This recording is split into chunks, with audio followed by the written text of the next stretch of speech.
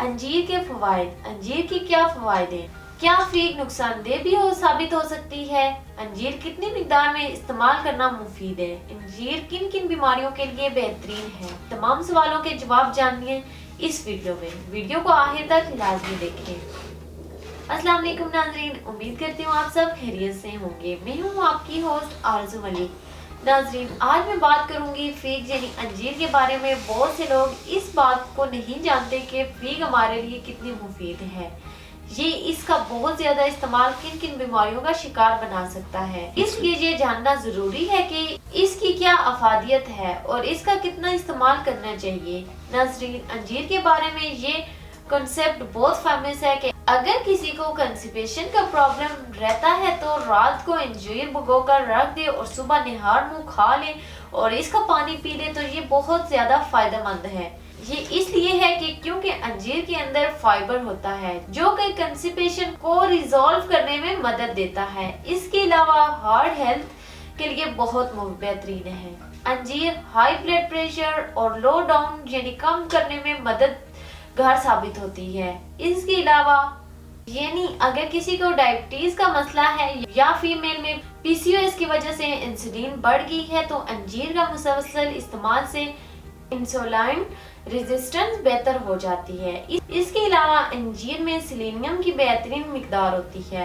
اگر کسی کو میٹھے کی بہت زیادہ کریونگ ہوتی ہے تو یہی کہا جاتا ہے کہ اسے سیلینیم کی ڈیفیشنسی زیادہ ہوتی ہے، لیکن جو لوگ انجیر بہت زیادہ استعمال کرتے ہیں ان میں سیلینیم ڈیفیشنسی کے چانسز بہت زیادہ کم ہو جاتے ہیں۔ اس کے علاوہ انجیر کا استعمال بالوں کے لیے بہت اچھا ہے کیونکہ اس میں زنک کی اچھی مقدار موجود ہوتی ہے۔ بیسیکلی زنک ہیئر، نیل، سکن تینوں چیزوں کے لیے بہت ضروری ہے۔ جن لوگوں کو نیل، سکن، ہیئر کا مسئلہ ہے وہ لوگ زنک کے سپلیمنٹ استعمال کرتے ہیں، لیکن زنک کی کمی کے لیے نیچرل سورس میں فیگ یا اناج آتے ہیں۔ جو لوگ فیگ یعنی انجیر کا باقاعدگی سے استعمال کرتے ہیں ان کے ناخن، بال، سکن اچھی رہتی ہے، یعنی ایسے لوگوں کی بیوٹی لائف ٹائم رہتی ہے۔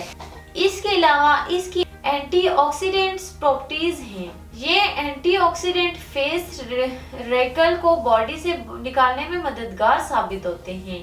یہ اینٹی کینسر بھی ہیں، یعنی فیگ کے استعمال سے کینسر ہونے کے چانسز بہت کم ہو جاتے ہیں۔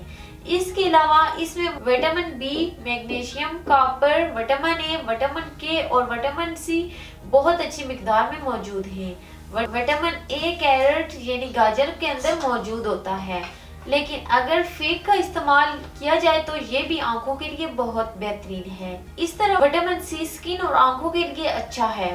وٹامن سی خود ایک اینٹی آکسیڈنٹ ہے اور اینٹی کینسر بھی ہے جو کہ بالوں اور سکن کے لیے بہت اچھا ہے۔ انجیر کی بہت گرم ہے اور گرمیوں میں اس کا استعمال نہیں کرنا چاہیے، اس سے ناک سے خون آنا شروع ہو جاتا ہے۔ اس قسم کی اور بہت سی باتیں مشہور ہیں۔ آپ کسی بھی چیز کو ضرورت سے زیادہ مقدار میں استعمال کریں گے تو اس کے سائیڈ ایفیکٹ جسم پر لازمی ظاہر ہوں گے۔ اس لیے میں ہمیشہ کہتی ہوں کہ کسی بھی چیز کو استعمال کریں تو متوازن مقدار میں کریں۔ دن میں 1 سے 2 انجیر استعمال کریں، اس سے زیادہ نہیں، لیکن رات کو بھگو کر صبح کھا لیں اور اس کا پانی پی لیں تو زیادہ بہتر ہے۔ اس کے علاوہ اس کا استعمال ہڈیوں کو مضبوط بناتا ہے۔ انجیر میں فاسفورس، فولاد، کیلشیم جیسے اجزاء بھی شامل ہیں۔ ماہرین کا کہنا ہے کہ ایک انجیر انسانی جسم کو درکار فولاد کی 2% ضرورت کو پورا کرتی ہے۔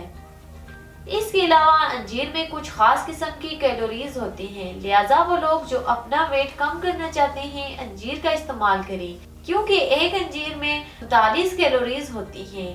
ایک اہم بات بتاتی چلوں کہ تازہ انجیر میں کم کیلوریز ہوتی ہیں تو اس کو سنیک ٹائم پر چاہیے، لیکن یہ فریش فیگ سے زیادہ ایفیکٹو ہوتی ہے۔ یہاں میں ایک بہت اہم بات شیئر کرنا چاہتی ہوں۔ وٹامن کے اور بلیک تھکنگ ایجنٹ کہہ سکتے ہیں، اس لیے ضروری ہے کہ بلڈ پریشر، ہائپر ٹینشن یا ہائپوٹینشن کے مریضوں کو چاہیے کہ آپ اپنے معالج سے کنسلٹ کر کے انجیر کا استعمال کریں۔ امید کرتی ہوں آج کا پروگرام آپ کے لیے بہت مفید ثابت ہوگا۔ مزید معلومات اور ہیلتھی گائیڈ لائن کے لیے ہمارا یوٹیوب چینل تاثیر دواخانہ وزٹ کریں اور سکرین پر دیے گئے نمبرز پر رابطہ کریں۔ اسی کے ساتھ آج کے پروگرام کا اختتام کرتی ہوں. اگلے پروگرام میں ایک نئے موضوع کے ساتھ دوبارہ آپ کی خدمت میں حاضر ہوں گی. تب تک کے لیے مجھے اجازت دیجیے. اللہ حافظ.